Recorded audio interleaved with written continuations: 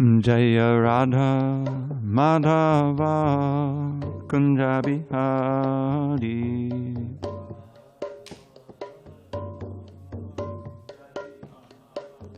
Jaya Radha Madhava Kunja Bihari. Kunja Bihari. Gopi Jana Vallabha Girivaradhari.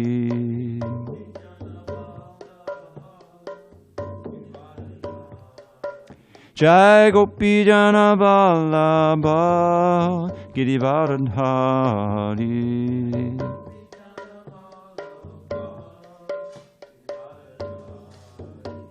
Yashodanandana Braja Jana Ranjana. Yashodanandana Braja Jana Ranjana. Yamuna Tira Vanachari. Yamuna Tira Vanachari. Jaya Radha Madhava Kunja Bihari.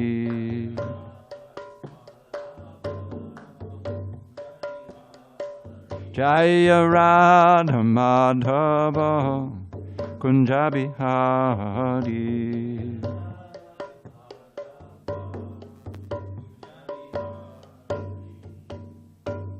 Jai Mr. Bad Paramahamsa, Parajikacharya Ashtotar Sri Srimad, Divine Grace, Srila A.C. Bhaktivedanta Swami Prabhupada Ki Jai. ISKCON BBT Founder Acharya Srila Prabhupada Ki Jai. Jayam Vishnupad Paramahamsa, Parajikacharya Ashtotar Sri Srimad, His Divine Grace, Srila Bhakti Siddhanta Saraswati Thakur Ki Jai. Ananta Koti Vaishnavinda Ki Jai.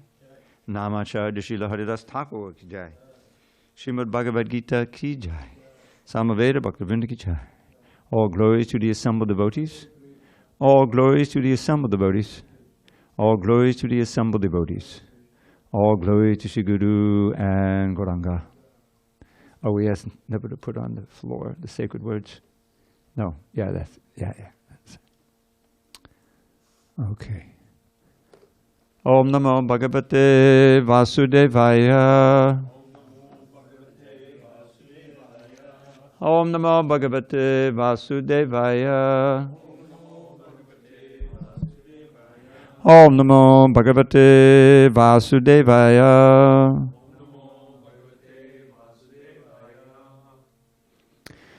On this 19th day of January 2022 in San Diego, we're reading from Srimad Bhagavad Gita as it is, translation and commentary by His Divine Grace A.C. Bhaktivedanta Swami Prabhupada. And we are in the introduction, page 19, the paragraph beginning, in the effulgent rays of the spiritual sky. In the effulgent rays of the spiritual sky, there are innumerable planets floating. The Brahmajyoti emanates from the supreme abode, Krishna-loka, and the Anandamaya, Chinmaya planets, which are not material, float in those rays. The Lord says, Natad bhasiyate suryo, nashashanko napavakaha, yadgatvanandavartante, tad dhamma padamang mama. This is in the 15th chapter of the Bhagavad Gita. One who can approach that spiritual sky is not required to descend again to the material sky. In the material sky, even if we approach the highest planet, Brahmaloka, what to speak of the moon, we will find the same conditions of life, namely birth, death, disease, and old age. No planet in the material universe is free from these four principles of material existence. The living entities are traveling from one planet to another, but it is not that we can go to any planet we like merely by a mechanical arrangement. If we desire to go to other planets, there is a process for going there. This is also mentioned, Yanti Deva Vrata Devan Pitrin Yanti Batri Vrataha. No mechanical arrangement is necessary if we want interplanetary travel. The Gita instructs, Yanti Deva Vrata Devan. The moon, the sun, and higher planets are called Svargaloka. There are three different statuses of planets, higher, middle, and lower planetary systems. The Earth belongs to the middle planetary system. the Bhagavad Gita informs us how to travel to the higher planetary systems, Devaloka, with a very simple formula. Yanti Deva Vrata Devan. One need only worship the particular demigod of that particular planet, and in that way go to the moon, the sun, or any of the higher planetary systems. Yet the Bhagavad Gita does not advise us to go to any of the planets in this material world, because even if we go to Brahmaloka, the highest planet, through some sort of mechanical contrivance by maybe traveling for 40,000 years, and who would live that long, we will still find the material inconveniences of birth, death, disease, and old age. But one who wants to approach the supreme planet, Krishna Loka, or any other planet within the spiritual sky, will not meet with these material inconveniences. Amongst all the planets in the spiritual sky, there is one supreme planet called Goloka Vrindavan, the original planet in the abode of the original personality of Godhead, Sri Krishna. All of this information is given in the Bhagavad Gita, and we are given, through its instruction, information how to leave the material world and begin a truly blissful life in the spiritual sky. Om Jnana Timirandasya Jnanandana Salakaya Chakshu Unmidatam Mena Tasmai Shri Gurave Namaha. I was born in the darkest of ignorance, but my spiritual master Srila Prabhupada opened my eyes with the torchlight of knowledge. I offer my humble obeisance unto him and all members of Sri Parampara. Okay. Bob, do you know how to turn on the exhaust fans? Probably not. You wouldn't look over there. Time out. This is a safety feature. Any Omicron, that's right, will be sucked out. It'll be a little bit of noise, but it's worth it.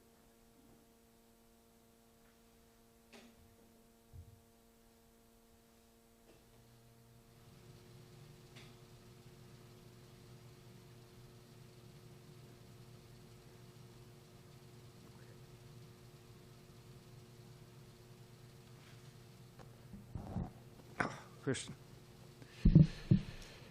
Okay. So Srila Prabhupada is giving us some insight into the cosmology of this world and the other world. This is something we don't know about intrinsically, is that we're very limited here. We can understand actually from an analogy that, say, the insect world, they have no idea, really, of what's going on here. If some ant crawls across this floor here, it has no idea there's a Bhagavad Gita class going on. May not even recognize us as living beings. We're just some force that provides a danger if they can sense if you're going toward them, and then they'll turn around and try to escape or something like that. But they have as little understanding of this world that we're in as we have of the Deva's world, the heavenly planets. But there are higher levels of existence. We learn from the Shastra, from the scripture. And beyond all of the material spheres, and there are many, there's a whole spiritual realm that exists on the level of what we call Satchidananda, eternity, knowledge, and bliss. Beyond the reach of these four miseries that inevitably any materially embodied living entity must face. Birth, old age, disease, and death. That's the order we experience them in. And so we're hankering for eternal happiness. But usually after a little while in the human form of life, you understand that's impossible. It's not going to happen. You may experience some happiness for a while, but it always ends. And sometimes there's a whole lot of misery. Sometimes there's seemingly, blissful life for some time. But we know, just by our experience, that it ends, that it's temporary, everything's changing. And this is called the asat, or the word bhava sagara. The word bhava means to become, and sagara is an ocean. It's an ocean of change. We're growing, we're moving toward this end, and we learn in Bhagavad Gita, we'll get another body, depending on our work, and we'll continue to change, until finally, after millions and millions of years, the whole creation is wound up. And then for a long, long time, everyone's in suspended animation. And then again it starts again. And we've been going through this cycle, the mini cycles of individual births and big cycles of creation and destruction. So we should want to get out of that. This is called Shreya, as opposed to Preya. Shreya is our ultimate good, and Preya is immediate happiness, immediate pleasures. And without higher instruction, we generally just go for the Preya, even if it's years off. You know, we're responsible, and the parents send us to get a good education. We study hard, so we'll get a good job, and then we get, rather than just party all the time for immediate pleasure and the heck with the future. You know, these are different modes of nature, as explained in the Bhagavad Gita. Mode of ignorance means immediate gratification, the heck with the future. But the future comes, and if you haven't prepared for it, you'll suffer more. Your mode of passion means that you also want to enjoy, but you're at least intelligent enough to plan for it and not just ruin your future. The mode of goodness, you'll start to ask questions. How can I achieve ultimate happiness? Real peace of mind in this lifetime, and ending the cycle of birth and death. And that's what the Bhagavad Gita is all about. Srila Prabhupada is a perfect example of that, and he's teaching us not only Bhagavad Gita knowledge, but he quotes from all different kinds of Shastra here. And he's revealing to us that there is another world, another state of existence one can achieve by sadhana. Frankie, Haribol. Long time, old resident here from many years ago. So Prabhupada quotes here from the 15th chapter. He's Natad Bhasi Ate Suryo. There's very little description, detailed description about the spiritual world in this book. But there is this one verse, Natad Bhasi Ate Suryo, which he quoted earlier in full and gave the reference, 15th chapter, 6th verse. And in the passage we read today, he referred to it again. And then he's, in the paragraph beginning, in the effulgent rays of the spiritual sky. Now I'm getting, where did we start? Page 17, right? Yeah. Yes. And then he quotes the verse in full here. So, there are innumerable planets floating. He's giving us some indication of that. This Brahma Jyoti. Jyoti means effulgence, light. And ultimately that light comes from where? Comes from Krishna's body. Yasya Prabhava Bhavato Jagadanda Koti. This is a wonderful prayer composed by Lord Brahma, who's the engineer of the universe, called the Brahma Samhita. And there he reveals Yasya Prabha. The last line is always Govindamari Purusham Tamaham Bhajami. I worship Govinda, the primeval Lord. And then there's so much there. It's in the middle mini Bhagavatam. He talks about Lord Shiva, the Mahavishnu, and the different Vishnus, and Durga, and everyone. So here he's saying, ultimately all the effulgence begins with Krishna's form, with his body. And the sun is all reflecting that. We're getting a little bit of it, but it's so bright, you know, all the light. So what is that Jyoti composed of? It's composed of minute particles of spirit. We're part of that Jyoti.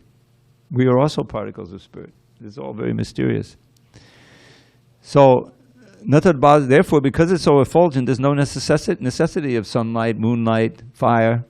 It's all self-effulgent. And if we are able to go back there, and this is important, go back home, back to Godhead, we'll never come back here again. We've come here at a big mistake, but now we rectify the mistake, we'll never make the mistake again. I think I gave you that once burned, twice shy. The child wants to put his hand in the fire, and the father says, no, and says, oh yes. I say, okay. So then he touches it, burns, never again. He's got experience. So we've been burned a lot in this material world, and we'll never make that mistake again. But in order to return there, we have to purify our consciousness, and that's what the process of Bhakti Yoga is. Now, this Prabhupada refers to this verse in the 9th chapter, Yanti Deva Vrita Devan, how you go to different planets. If you worship Indra, you can go to Indraloka. This is how you get entrance there. And there's all different levels of lokas you can worship. If you worship Krishna, you can go to Krishnaloka. But why would one want to go to Indraloka? Because the standard of material happiness is much better there. What is that? Tetam bhuktva swagalokam vishadam chine punye matyalokam vishanti. That One who desires material opulence, at a much greater standard that you find here, there's a way of getting that by going up to Indraloka. But what's the result? Krishna gives his verdict. Tetam bhuktva swargalokam vishalam. One enjoys extraordinary happiness there for some time. Bhuktva swargaloka is heaven, vishalam. But then shine punya. Punya, you get like credits of pious activity, properly done according to the Vedas. Then you can get a ticket to Indraloka. But it's just like putting money in the bank, you know? And then when you finally get to your vacation spot, you're not working anymore, you're just spending from the credit card, right? You can do all kinds of stuff. But then at a certain point, you give the credit card, oh, sorry, Mr. Smith, you have any other card? This card does it, spitting it out.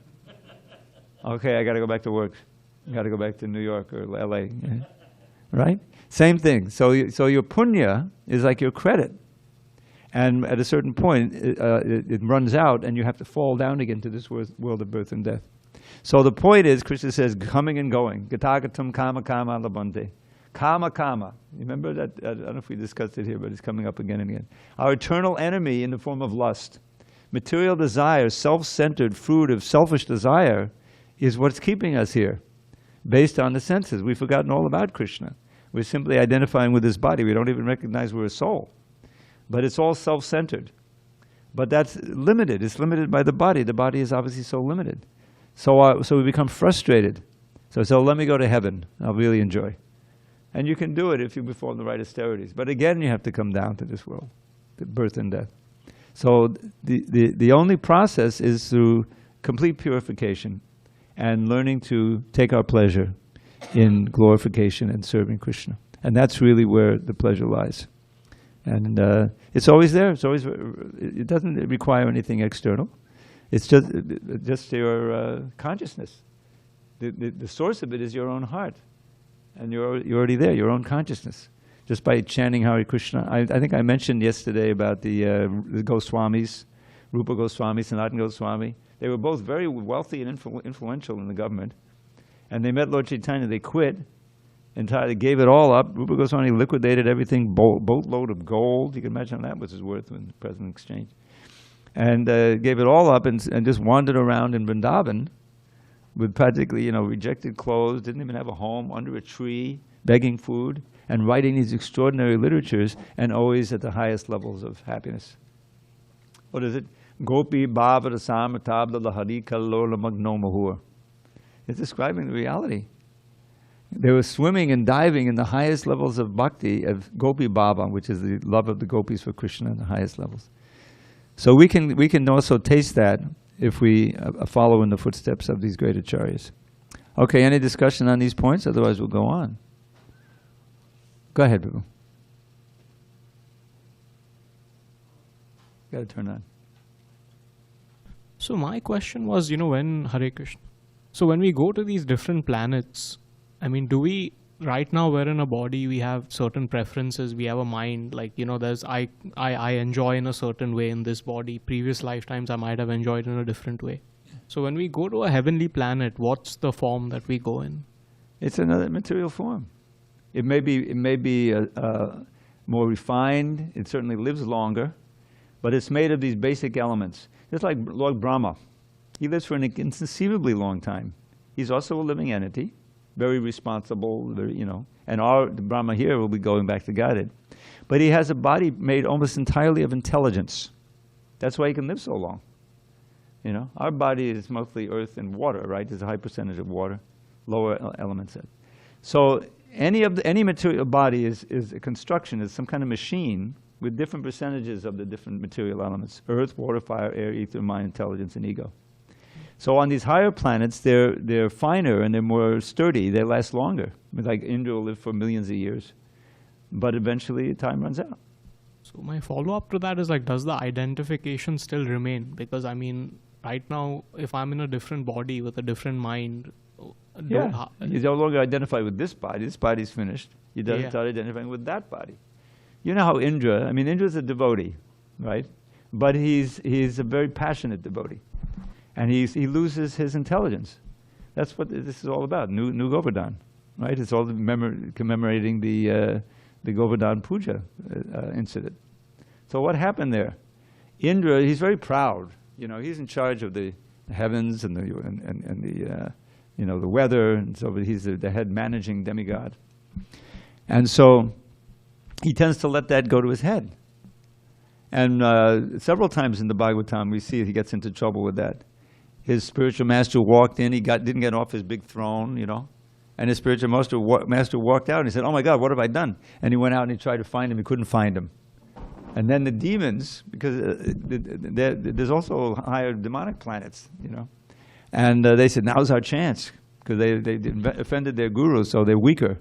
And sure enough, they were able to take over the heavenly planets. And so Aditi had to pray for I think her husband came and taught her the Payovrata, so she worshipped very carefully. And Vamana came and tricked Bali. You know the whole pastime. Bali is the grandson of Prahlad, who's a great devotee, but he's born in a demon family. So his descendants, sometimes they have these demonic tendencies, but Bali he's a great devotee. He's a Mahajan. But he was acting as a demon, and he took over the heavenly planets. So, finally, Aditi, she wanted to get an arrangement. So she prayed and prayed, and then Vamana appeared as her son. He's called Apendra because he's Indra's brother. He's another, Upa Indra. And he tricked Bali into giving everything, giving the whole universe, and he surrendered. It's a whole pastime there. So, but that was all started because Indra had become weakened. And what about Govardhan Puja? The cowherds didn't want to worship him. I mean, they did want to worship him, but Krishna convinced them not to. Just worship Govardhan Hill. And Indra became completely offended. I wrote a little poem about that one. When Krishna stopped King Indra's sacrifice, that monarch of the heavens threw a fit. Those cowards took that foolish boy's advice. Such insolence I never shall permit. So Indra sent the clouds of devastation to pour down catastrophic hail and rain with lightning, winds, and without cessation. The cowards called to Krishna in their pain. To save his coward friends, to show his coward friends his boundless love, and crush King Indra's pride for his own good, Shri Krishna lifted Govardhan above. You can see it every corner. See? He's lifting. He lifted Govardhan above and saved his friends while neath the hill they stood. So that's a very significant pastime, because it means we don't need to worship any demigods. And if you do, then you'll still remain in the material world. You simply worship Krishna. And Prabhupada quotes that verse here in text on page 18. Kamais taistai rita jnana papadjante anya devata. Those whose intelligence has been stolen by material desires surrender unto demigods and follow the particular rules and regulations of worship according to their own natures. So we don't want to fall into that category. There's several places where Krishna forbids us. He says, he warns us, don't worship the demigods. Just worship me. Sarva dharma padachita mame kang sharanam braja. And then everything will be all right. That's what this movement is all about. All right, let's go on. I lost my... Oh, we have a question. But before we can ask you, you can ask your question. Where am I going to start reading again? Is it page 18? 20. I'm sorry? 20. 20? Then, okay, we'll read there again. Okay, go ahead, Dhanavari. Thank you, Hare Krishna Prabhu. My question is, I have two quick questions. One is, you mentioned this Brahma goes to Godhead, back to Godhead, Goloka, but not the other Brahma. The other Brahmas don't. Would you talk about that? Yeah, well, Prabhupada kind of said something very amazing in the 9th canto. Near the end of the 9th canto, I can get the reference for you if you want it. He said that every living entity, when we come from the spiritual world, the first body we get is Lord Brahma. And now you just try to calculate that, okay? Every single living entity, there's quadrillions of them, the ants, the insects, these bacteria. Can't count them. But they used to be Brahma. Now, how does that work? That's a long time, each one of those Brahmas, So the time, it's a mind blower. But yes, the Brahma doesn't always go back to Godhead. That's also mentioned, I think, in the 8th chapter. I'll find the reference for you. that when Brahma is a pure devotee, of course he'll go back and he'll take anyone on the Brahmaloka with him who's also pure. But on Brahmaloka, you could also not be a pure devotee, and then start coming down into the human platform and even lower. So it's not that every Brahma goes back to Godhead. There's unlimited universes, and some of them come down. They get degraded after dying. But we don't want to do that, so we're going to go back to Godhead, right? Thank you, Prabhu. So Brahmaloka is higher also. I mean, it's still high, right? It's the highest material planet. Oh, I see. Yeah, okay. it's the highest material planet. Oh, we have Thank another. you. Okay, we have another question. Thank you. On this side, and we have a mic right there. You have to press the button till the light goes on. Krishna, already forgot. Wait. Could you please explain to me? So, okay, I understand. Speak right into the mic because you kind of saw. Okay. We have to definitely work to purify ourselves, but who decides? Is it Krishna decides, or based on our work and purification, who decides when it's time for us to go back to Krishna? Like definitely Krishna. Like I definitely that's the only thing I want in life, but then it's still kind of a selfish desire, isn't it, to go back to Krishna? There's a little paradox that's happened, in which you point to here. First of all, the answer is Krishna. He's deciding. He's deciding even what's happening in our material life. He says that. Upadrashta anumantachar bhata bhokta maheshwara. Upadrashta means, don't forget, he's in our heart as a super soul. He knows everything. And he's seeing what we're doing and how we're doing it. And he's giving us exactly our just deserts, and guiding us. Now, he wants us to come back, so he's trying to tell us, but we can't hear him. And so from within, he empowers his representatives like Srila Prabhupada. He leaves his book. He comes from outside through the Shastra and through the great souls to teach us, to give us instruction. And eventually, if we come pure, we can also take instruction from inside. Just like the conscience, the moral sense, the conscience.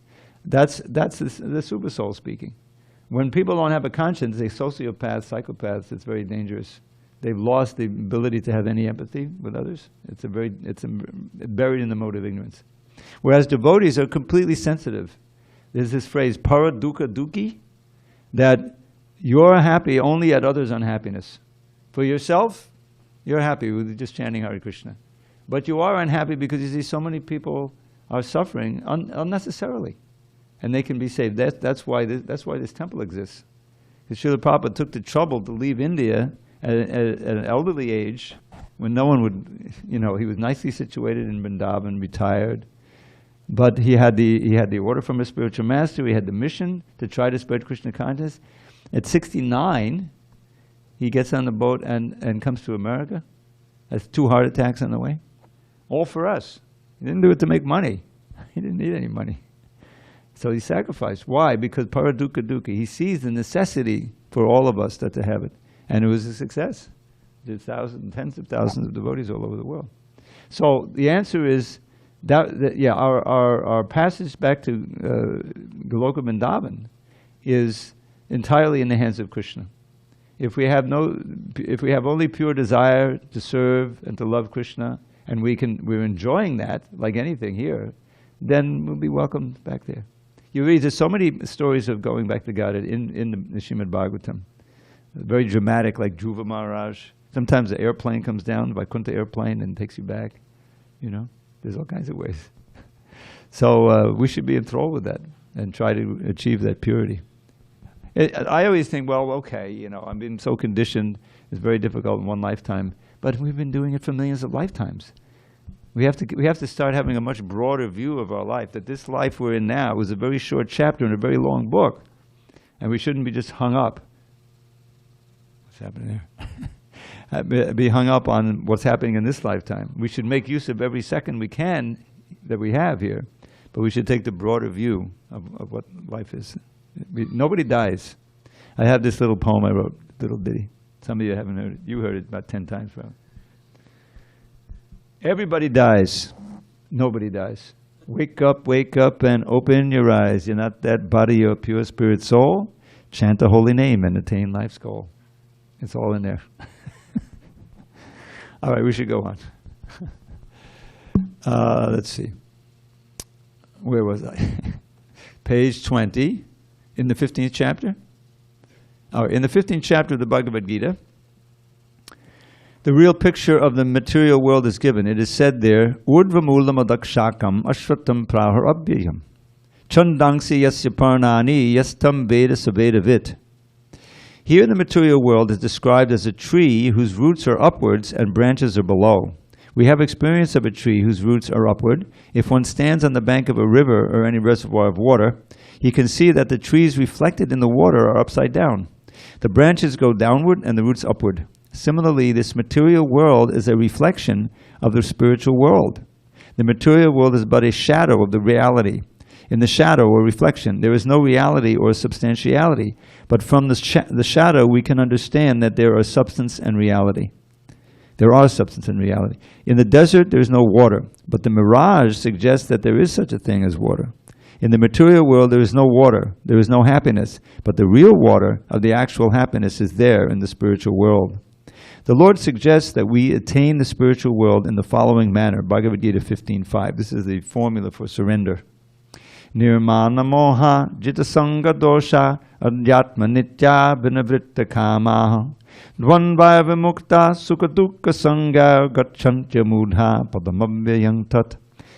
The padam avyayam, or eternal kingdom, can be reached by one who is nirmana moha. What does this mean? We are after designations. Someone wants to become sir. Someone wants to become lord. Someone wants to become the president or a rich man or a king or something else. As long as we are attached to these designations, we are attached to the body, because designations belong to the body. But we are not these bodies, and realizing this is the first stage in spiritual realization.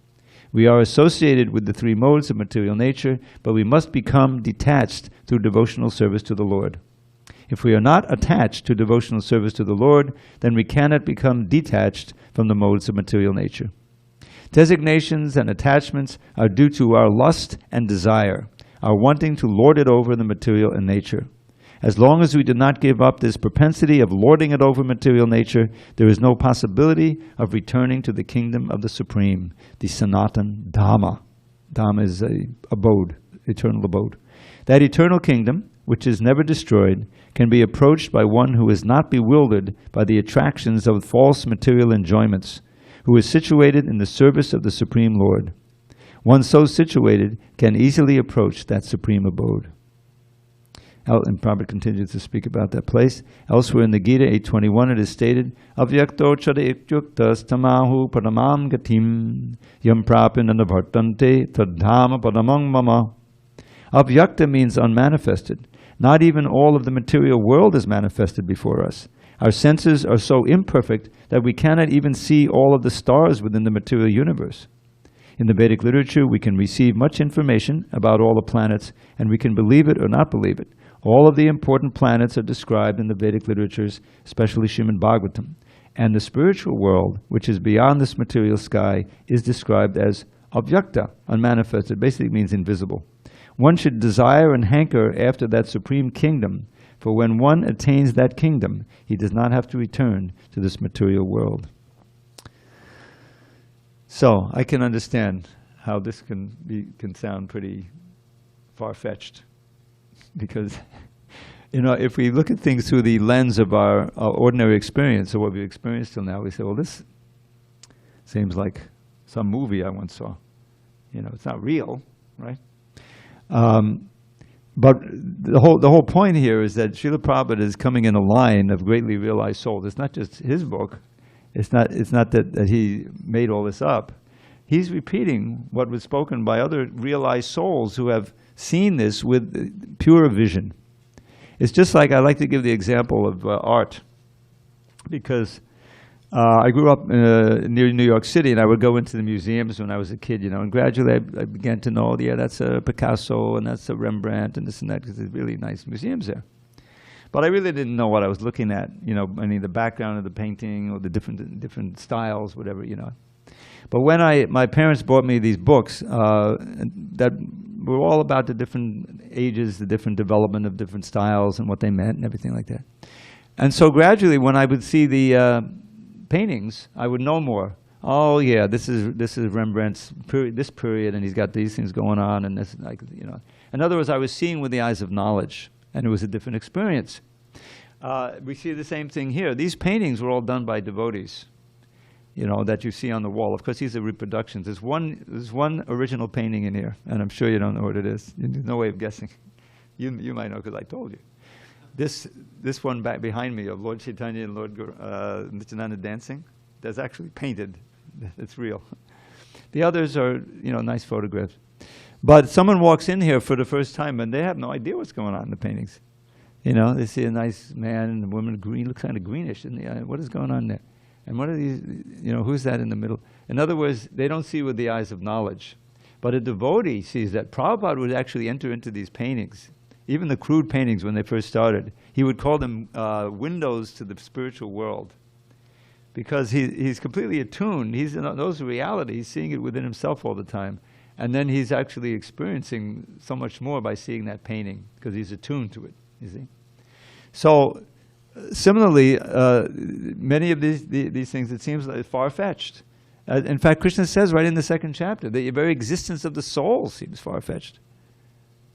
I mean, I don't need soul. I mean, this is my body. This is who I am, you know, this conscious being. When I'm gone, I'm gone. That's all. Right? Isn't that obvious? But that's not the reality. There are these more subtle and subtle realities, just like I was describing the ant. He gets up on here and walks across me. He doesn't know, you know, that I'm a living being. It's just some kind of a strange terrain that he has to deal with. What does he know?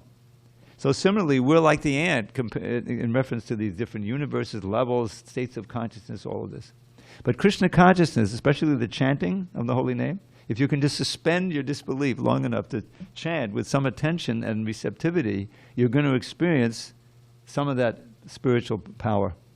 And the first installment will be kind of peace. You know, there'll be like a relaxation of anxiety.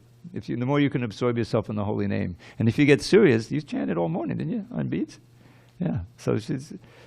I remember when I first started chanting japa seriously, it was a whole revelation. It was like, oh, I get it. And I started seeing the world differently because I'm reading the books. This is all Krishna's energy. He gives us that, you know, a chance in the 7th chapter. Don't just see the light of the sun and the moon. That's me. That's my energy. You see me. Prabhupada gives the example of the child. Goes for the first day at school, right? So the mother's been with the child constantly for, you know, years. You know, always. Now there's some separation. So she goes into the kid's room, you know, and there's his shoes that he was wearing. Now he has to wear special shoes because he goes to school, you know. So he has special. Oh, my kid's shoes. So does she love the shoes? No, it evokes all these memories. She's seeing those shoes with the eyes that only a mother who kid those shoes are can see. So the consciousness has changed. And the more that we purify and become Krishna conscious, we'll see ourselves differently, see everyone else differently, see the world differently. And it's a ever increasing like revelation of Krishna's presence everywhere and Krishna's will everywhere. You can also see that he's helping, he's arranging. You know, it's not an accident that anyone here is sitting here right now rather than out there. Another thing I like to point out. 20 feet, 25 feet, 30 feet, maybe 50 feet down to the end of then there's a bar, right? They sell pizza and they sell beer, and you know, it's a whole different experience. You can spend your time there. No law, different. And there are people there right now probably having a whole different experience. So by your good fortune, Krishna's arrangement, you know, previous activities, you're spending this time here now and learning about God, your relationship to God, and hopefully being inspired to practice, you know. And those people there, they're ensuring a dark future. Modes of ignorance, you know, intoxication, covering the conscience. The modes cover the consciousness, and Krishna consciousness uncovers reality. That's the idea. Bhakta Bob is going to ask a question or make a comment. I just wanted to comment that try this chanting of Hare Krishna, and if it doesn't work, your misery is fully refundable. It always works. All right, we have a little time, so let's go on. And as usual, I lost my place. Did I read elsewhere? Yes. Next, right? Next, one may raise the question of how one goes about approaching that abode. Yes, of the Supreme Lord. Information of this is given in the 8th chapter. It is said there.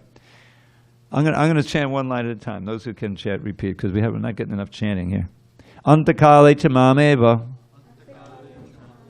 smaran mukpa kalevaram yak priyati samadbhavam yati nastyatra sangshayaha. And whoever at the end of his life quits his body, remembering me alone, at once attains my nature. Of this there is no doubt. Bhagavad Gita 8.5. One who thinks of Krishna at the time of his death goes to Krishna. One must remember the form of Krishna. If he quits his body thinking of this form, he surely approaches the spiritual kingdom. Madbhavam refers to the supreme nature of the Supreme Being. The Supreme Being is Satchidananda Vigraha. That is, his form is eternal, full of knowledge and bliss. Our present body is not Satchidananda. It is Asat, not Sat. It is not eternal, it is perishable. It is not Chit, full of knowledge, but it is full of ignorance. We have no knowledge of the spiritual kingdom, nor do we even have perfect knowledge of this material world, where there are so many things unknown to us. The body is also Nirananda. Instead of being full of bliss, it is full of misery. All of the miseries we experience in the material world arise from the body. But one who leaves this body thinking of Lord Krishna, the Supreme Personality of Godhead, at once attains a Satchidananda body. Just imagine how wonderful that'll be. The process of quitting this body and getting another body in the material world is also organized. A man dies after it has been decided what form of body he will have in the next life. Higher authorities, not the living entity himself, make this decision. According to our activities in this life, we either rise or sink. This life is a preparation for the next life. If we can prepare, therefore, in this life to get a promotion to the kingdom of God, then surely after quitting this material body, we will attain a spiritual body just like the Lord's. So, you asked the question of who determines if we go to the spiritual world, but how is determined? Higher authorities. There's a verse, third canto, I believe. Karma na daiva netrena jantur deho vapattiye striya pavishta udram veta kanashya. But daiva netrena means the observation of the daivas. It's not just Krishna, but the higher demigods are also involved. Because they have to give us the body with the material energy. So there's a huge government we don't see. There's a whole bureaucracy with Krishna. Maya Dikshena Prakriti, because by my observation, we're thinking nature's doing it, but nature's doing it under Krishna's instruction. Everything is under control. Nothing's happening by chance. So we want to get the best chance for the best body, and we're given instructions of how you can do it. Cultivate your Krishna consciousness so that at the time of death, if you can remember Krishna, back you go. If you can't remember Krishna perfectly, you come back again, but you get another chance to improve. Nothing is lost. That's a very important point. Krishna says right in the 2nd chapter, in this endeavor of Krishna consciousness, there's no loss and there's no diminution. But just think about it. At one point, our friends Bezos and Musk, right, the two obscenely wealthy guys, $100 billion or more, right? No one should have that much money. It's ridiculous. But they're going to have to leave the body. And when they leave the body, they leave all that property, all those bank accounts, everything is gone, right? So now what do they have left? I don't even want to think about it. It's not auspicious to be possessing all that money, not using it for good purposes, especially for Krishna consciousness. So the point is, whatever we build up materially in this life is taken at the time of death. Whatever we develop spiritually, we take that with us. Only that can be taken with us. So we should be greedy in that sense of trying to get as much Krishna consciousness as possible. There's even a verse like that. There's a verse where we shouldn't be misers. Miser, even materially, is pitiable. He's got all this money, but doesn't want to spend it, on anything.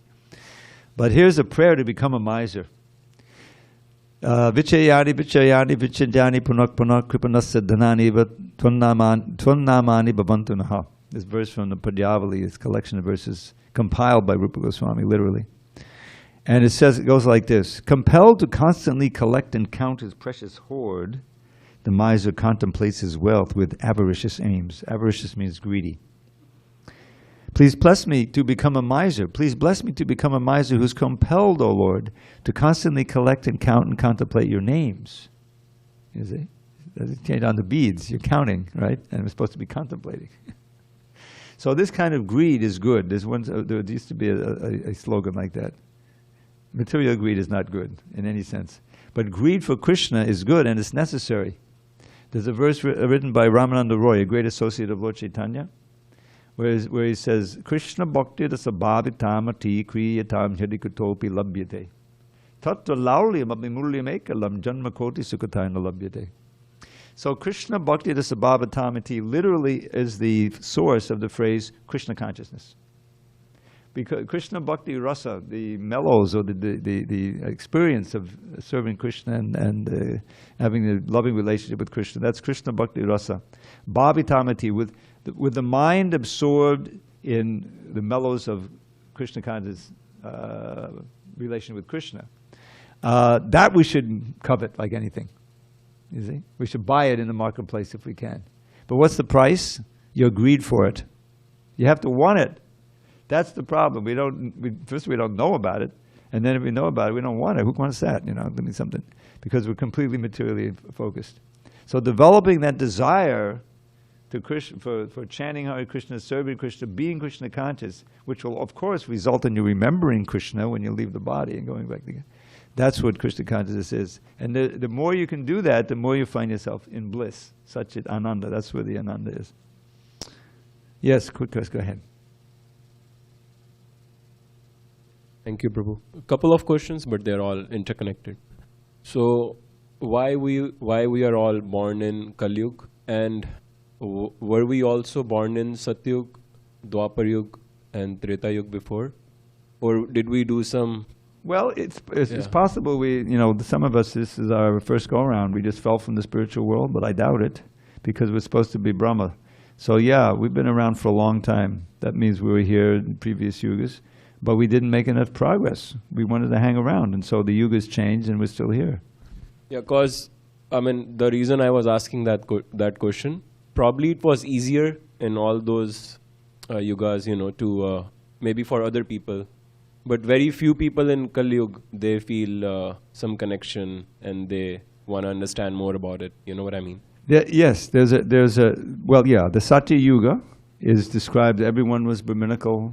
People sometimes meditated for thousands of years. They lived for a very long time, 100,000 years or whatever. So it was a different age, But there's also a problem, because you become attached to that mode of goodness, to being, In other words, what's the advantage of Kali Yuga? Is that it's such a difficult time, and we're so unqualified that we can easily come to that platform of Trinadapi Sunichena, of seeing ourselves as very humble and desperate for Krishna's help, and therefore to cry out when we chant deep from the heart. We were just reading a verse. This came up. I think Vijay quoted it in his class a few days ago, yesterday, and it goes like this: Janmai Shaya Shuta Shiba Edamanabhadak Puman Naiva Hatti Vedatam Dvaitrama Kinchana Gochara. My dear Lord, you are easily approached by those who are free of material desire. You can easily be approached by those who are materially exhausted, but not by those who are covetous for good birth, beauty, wealth, and higher education. These are traditionally four opulences that we did. Because when such people who are intoxicated by that cannot call upon you with deep feeling. So the Kali Yuga is good, provided we get in touch with Lord Chaitanya's movement and the holy name. And then we can call out from the bottom of our heart, oh, please save me, Hare Krishna, Krishna Krishna, Hare Hare. But in Satya Yuga, hey, I lived for 100,000 years, let's just meditate a little bit, See the problem? It's the same problem in the heavenly planets. You know, the urgency isn't there. They know about Krishna. They're not demons. These are the devotees, after all, even Indra. But the urgency of calling out and is not so much there because it's such a nice place. So Kali Yuga, especially now at this point, yes, it's difficult, you know, but still it's possible to practice, and we have the facility to do it. But everything changes, so we should try to take advantage of what we have now. It's actually a good age because of Lord Chaitanya's advent, which is very rare, just like Lord Krishna, given the easy process. Thank you, Prabhu. Okay. We've run out of time. Sorry, we've run out of time. Oh, no problem. I'll ask tomorrow or late next week. Thank you. Hare Krishna. Nice. Haribol. All glories to Srila Prabhupada. Hari Haribol.